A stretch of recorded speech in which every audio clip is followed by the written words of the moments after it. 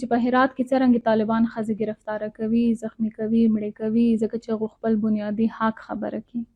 په ټوله نړۍ کې افغانستان واحد داسې ملک دی کوم کې چې ښځو ته د تعلیم حق نشته دی، د کار روزګار حق نشته دی، د بهر وتلو حق نشته دی، او هر دویمه ورځ طالبان په ښځو باندې داسې څه نوې پابندي راولي. او موږ ګورو چې دنیا په دغه باندې څرنګه چوپه ده، ځکه چې 15 کاله وشول اوسه پورې په افغانستان کې ښځو ته هغو بنیادي حق نه دی میلاو شوي. مختلف ملکونه طالبان راغاړي او سره ډیلینګ کوي. اوس چې د برسلز طالبان راغوښتي دي چې هغو سره مایګریشن ډیل وکړي، خو همدغه ملکونه طالبان نشي راغوښتی چې هغو سره د ښځو خبره وکړي، چې ښځو سره کوم ظلم روان دی هغه بند کړي، هغه دپاره خبرې وکړي.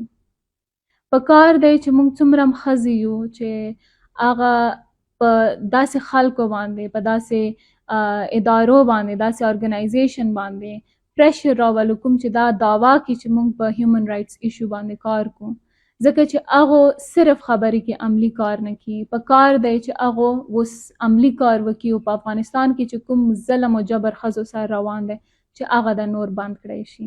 ډېره